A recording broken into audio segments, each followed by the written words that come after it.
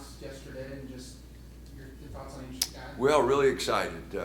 We Jackson and Mookie, because they're here in the state, we've known for a long time, and they've been coming to our camps since they were in junior high.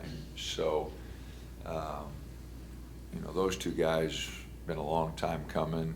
We're really excited about both of them. They're both guys that want to be at the University of Oregon, and I think they both have tremendous upside. Jackson is someone who's in the gym all the time, really has improved his shooting, and ball handling's always been good. So, good decision maker, a willing passer. He's going to make everybody around him better. Mookie's a fantastic athlete. Needs to continue to develop his skill level. But, I really like the progress he's made, and I think that he'll continue to make. KJ is someone that's been on a radar for a couple years, and really love his skill level. He's really got great basketball savvy for a guy his size, can shoot the three, really good passer. As he gets stronger, I think you'll really see him even make more plays. But all three guys, we're looking forward to, them joining our program, and the transition to college is always different for everybody, but all three of those guys are very talented. What do you make of just your staffs? You had a lot of turnover staff-wise, to then go out and sign this big of a, this talented of a class in its first year. Well, we're still at the University of Oregon, and we, like I said, been on Mookie and Jackson forever. So, when you get players like that in your state, it's really good to keep them home. When I first got here, Garrett Sim and E.J. Singler, were they, really good for our program, and Peyton obviously had a, really good career. So, I'm pretty excited about, those two guys. And then KJ, that was a long process, but, I've always liked his basketball savvy and his skill level. I'm curious with Mookie, what was that process like? Obviously, it was a long road in his recruitment with the commitment, decommitment, recommitment. How was it getting him back in the fold? I don't ever really take that as an insult or anything. I mean, guys, young guys, there's a lot thrown at them, and I just kept telling them, we want you here if this is where you want to be. I continue to maintain a young man can't be successful unless he really wants to be here, and so, we continued to recruit him, didn't change anything. And he told us right away, that, I'm decommitting, but I still may come, and I said, well, that's fine, think about it. If this is the right spot for you, great. If you decide and your parents decide it's not, we understand. I've been told no a lot more than I've been told yes in the recruiting process, so, it's, again, those guys want to be here, and I really felt, even when he decommitted, that, when he did some soul searching and it came back, he's wanted to be here for a long time. He's told me that, he and Jackson never played hard to get. They always said, Coach, I've always wanted to be at Oregon. I've watched you guys for a long time, and always wanted to be at Oregon. So, I still felt pretty comfortable that we might still get him. As far as Mookie, has this filming been finished, or did you get to watch any of that? And no, I don't care to. No, that was all done last spring. Okay. From what I understand, I think his movie career's on hold for a while here, but no, he did film all that last April and May. Without obviously going too far down the comparison train, there was a kid that played here for a while that was from Westland. Do you see any similarities between Jackson and Peyton? Well, you know, they're each their own guy. There's no doubt about that. But yeah, there's one. They both are tremendous workers. They love to be in the gym. So, you know, Jackson's a different player than Peyton, you know, and he'll make his own mark. But the one thing that I loved is, you know, getting up in the morning and go watching him work out at 6:30 in the morning. You know, that was an early morning, but the fact that he was there and was doing it every day, just like Peyton did, you know, that excites me about a ball player. You know, somebody who wants to get up and work. And so, you know, like I said, he's a different player than Peyton. He's going to make his own mark, but the one thing they do have in common is they love ball. They love to be in the gym. Prior to your arrival, it wasn't always a case that an in-state kid wanted to be here. But what do you feel like that says about this program and just what you guys have been able to accomplish that in-state kids want to stay home? Well, you know, it's not always a fit depending on the year. You know, we've had some other good players in the state that, you know, just because of the makeup of our roster, you know, it wasn't a good fit at the time. But no, you know, getting guys that, you know, can come in and make an immediate impact, you know, or you know, guys we're looking at. And but no, I think it's a credit to our whole athletic department, you know, that the brand, the profile, whatever you want to say, of our athletic department, you know, helps us to keep young men at home, young ladies at home, you know, and so,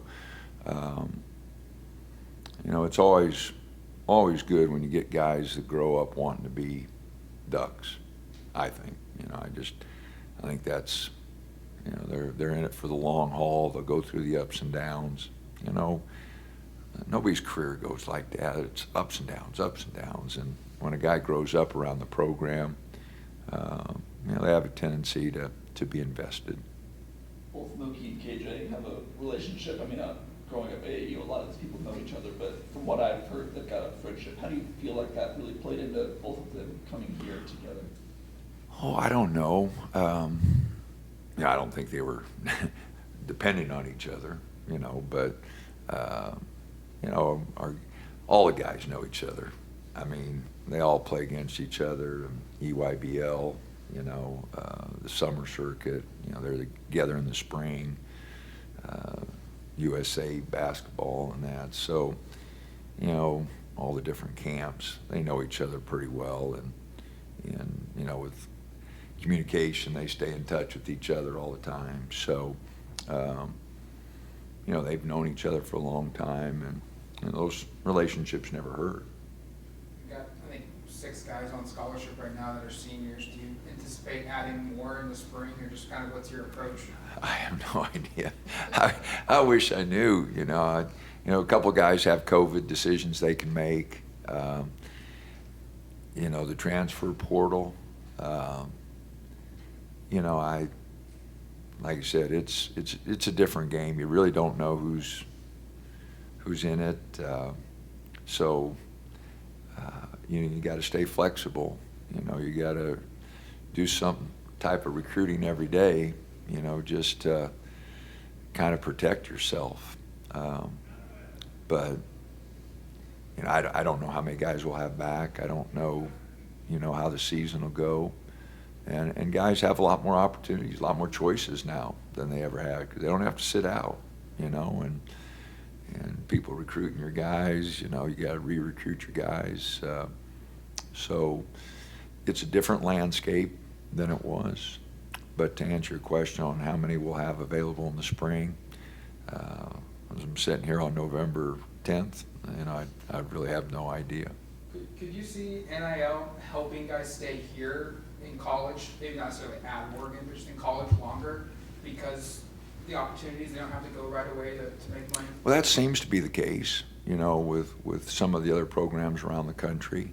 You know, I would hope, you know, that, you know, they look at all their opportunities. You know, the G League doesn't pay very well at all, and overseas opportunities, you know, sometimes are are not the right fit for young men.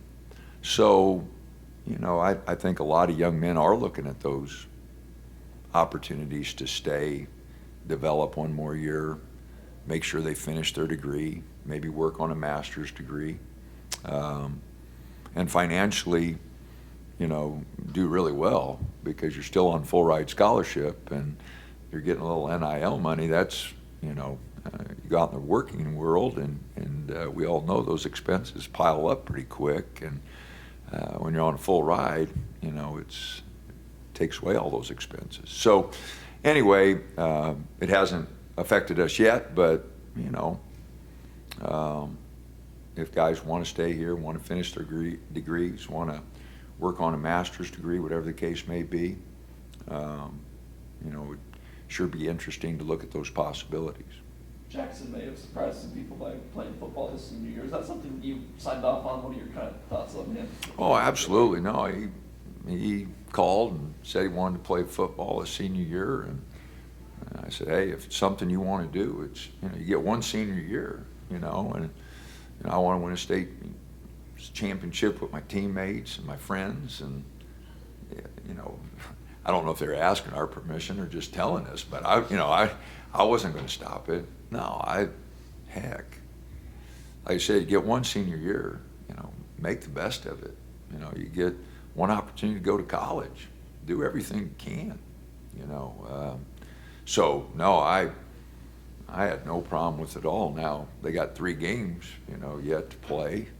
I hope they, you know, are successful and he moves on to basketball. But no, it's you know, I love guys who want to compete, you know, and Jackson wants to compete. So I had no problem with it at all.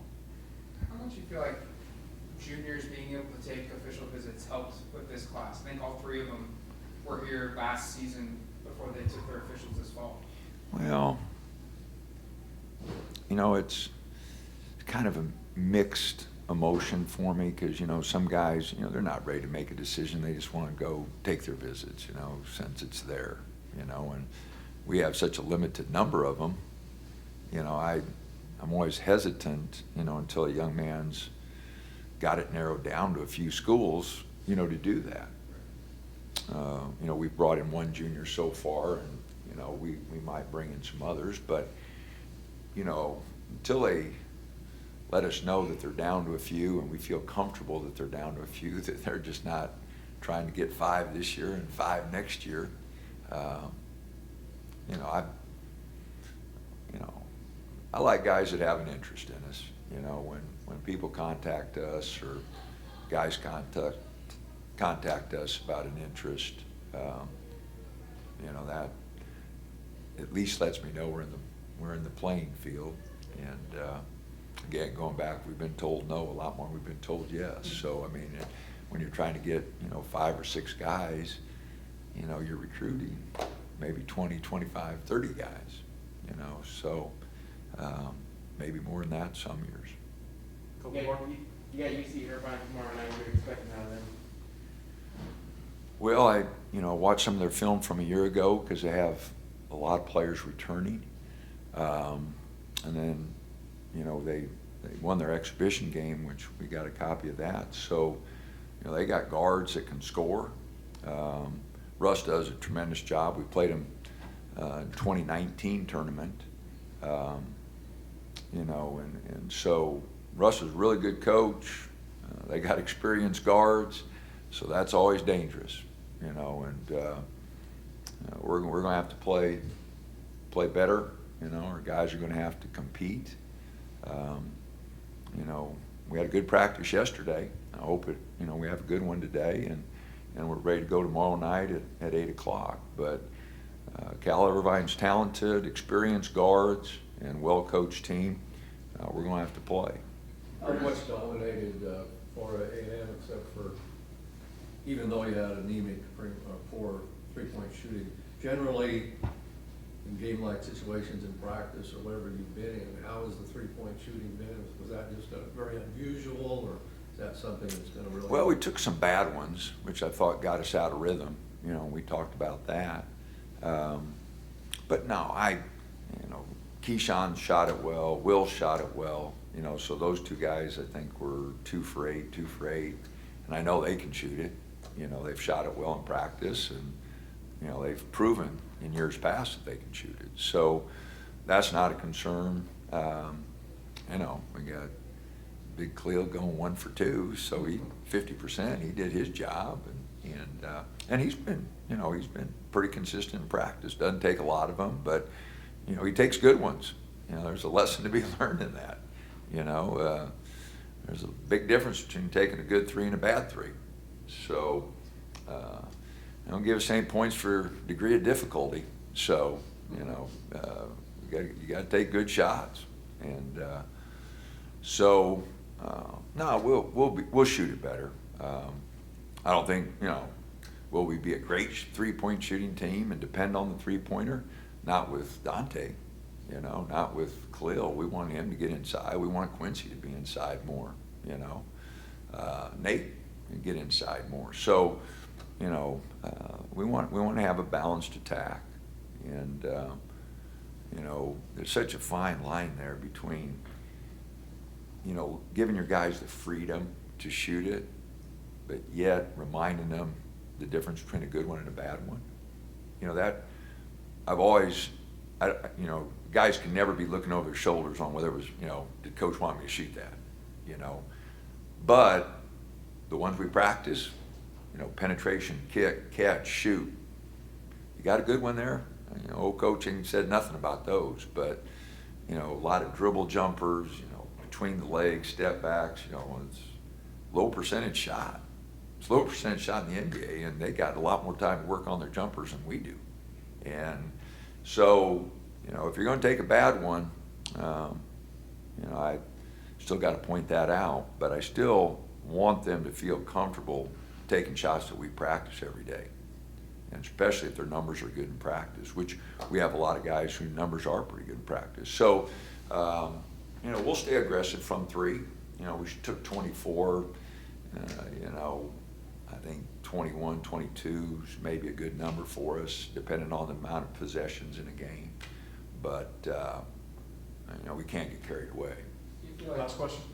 do you feel like there's a lot of steals, deflections? Do you think that's translatable? You know, maybe not that exact number every game, but you feel good about the steals and deflections you're keeping? It's got to be. You know, I mean, if we're, you know, not going to play with our length and get hands on balls and, you know, make plays, then we're going to have a hard time defensively. So, you know, with our length and, you know, Keyshawn's quickness, you know, if again, I know you guys get tired of talking about it, but if we're not a good defensive team and not a good rebounding team, history has proved that hasn't worked out very well for us. And not only my 12 years here, and not only our team, but I think historically, if you've looked at other teams, you know, it's the same. You play 31 games, you're not going to shoot it good every night, you know, and there's going to be other nights where the other team's really shooting it good. So if you're going to have a consistent team or a team that wins some ball games, better guard and rebound. And because for whatever reason, some nights, you know, like you look at some of our shots the other night were wide open, you know, and good shooters shooting them, but they just didn't go. And I told our guys, you have those nights. Dylan Brooks the other night went 6 for 7 from 3, and the next night he goes 0 for 5. You know, it's just one of those things, whether it's the NBA or college. And, you know, I've had some really good shooters. We've had some really good shooters. And the same's true for them. Some nights they're hitting everything. Some nights, you know, one night it looks like this, one night it looks like that. You know, it just is what it is. All right, guys. We'll see you tomorrow night.